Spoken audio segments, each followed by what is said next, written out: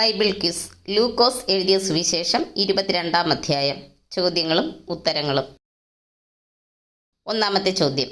ഇസ്കരിയോത്ത യൂദാ ചെന്ന് മഹാപുരോഹിതന്മാരോടും പടനായകന്മാരോടും സംസാരിച്ചത് എന്ത്? ഉത്തരം: യേശുവിനെ അവർക്ക് കാണിച്ചു കൊടുക്കുന്ന വഴിയെക്കുറിച്ച്. രണ്ടാമത്തെ ചോദ്യം. മഹാപുരോഹിതന്മാരും പടനായകന്മാരും യേശുവിനെ കാണിച്ചു കൊടുക്കുന്നതിന് പ്രതിഫലമായി എന്ത് കൊടുക്കാം എന്നാണ് പറഞ്ഞൊത്തത്?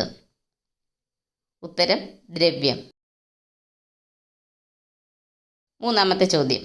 മഹാപുരോഹിതന്മാർക്കും പടനായകന്മാർക്കും വാക്കുകൊടുത്തതാര്? ഉത്തരം: യൂദ. നാലാമത്തെ ചോദ്യം. ഏത് സമയത്ത് യേശുവിനെ കാണിച്ചു കൊടുപ്പാനാണ് യൂദ തക്കം അന്വേഷിച്ചു പോന്നത്? ഉത്തരം: പുരുഷാരമില്ലാത്ത സമയത്ത്. അഞ്ചാമത്തെ ചോദ്യം. അവർ പോയി തങ്ങളോട് പറഞ്ഞതുപോലെ കണ്ട് പെസഹ ഒരുക്കി. ആര്? ഉത്തരം: പത്രോസ്, യോഹന്നാൻ. ആറാമത്തെ ചോദ്യം. സമയമായപ്പോൾ യേശു ആരുമായി ഭക്ഷണത്തിനിരുന്നു? ഉത്തരം: അപ്പോസ്തലന്മാരുമായി. ഏഴാമത്തെ ചോദ്യം. യേശു കഷ്ടം അനുഭവിക്കും മുമ്പേ വാഞ്ചയോടെ ആഗ്രഹിച്ചതായി ശിഷ്യന്മാരോട് പറഞ്ഞതെന്ത്? ഉത്തരം: ഈ പെസഹ നിങ്ങളോട് കൂടെ കഴിപ്പാൻ. എട്ടാമത്തെ ചോദ്യം.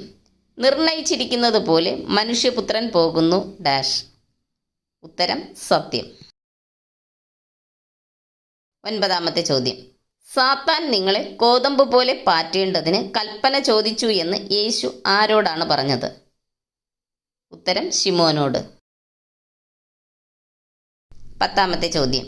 യേശു പ്രാർത്ഥന കഴിഞ്ഞു എഴുന്നേറ്റ് ശിഷ്യന്മാരുടെ അടുക്കൽ ചെന്നപ്പോൾ അവർ എന്തു നിമിത്തം ഉറങ്ങുന്നത് കണ്ടു? ഉത്തരം: വിഷാദത്താൽ. 11ാമത്തെ ചോദ്യം.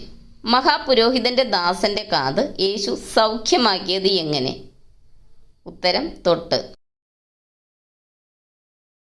12ാമത്തെ ചോദ്യം.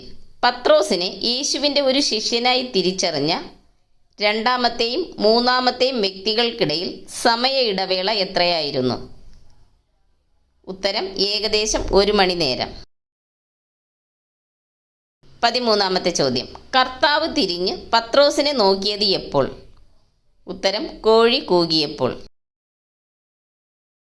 14ാമത്തെ ചോദ്യം. ഇന്ന് കോഴി കൂകും മുമ്പേ നീ 3 വട്ടം എന്നെ തള്ളിപ്പറയും എന്ന് കർത്താവ് തന്നോട് പറഞ്ഞ വാക്ക് ഓർത്ത് പത്രോസ് എന്തു ചെയ്തു? ഉത്തരം: പുറത്തിറങ്ങി അതിദുഃഖത്തോടെ കരഞ്ഞു. 15ാമത്തെ ചോദ്യം. എന്നാൽ ഇന്നു മുതൽ മനുഷ്യപുത്രൻ എന്തിൻ്റെ വലത്തുഭാഗത്തിരിക്കും? ഉത്തരം: ദൈവശക്തിയുടെ. നന്ദി. ദൈവം നമ്മെ അനുഗ്രഹിക്കട്ടെ.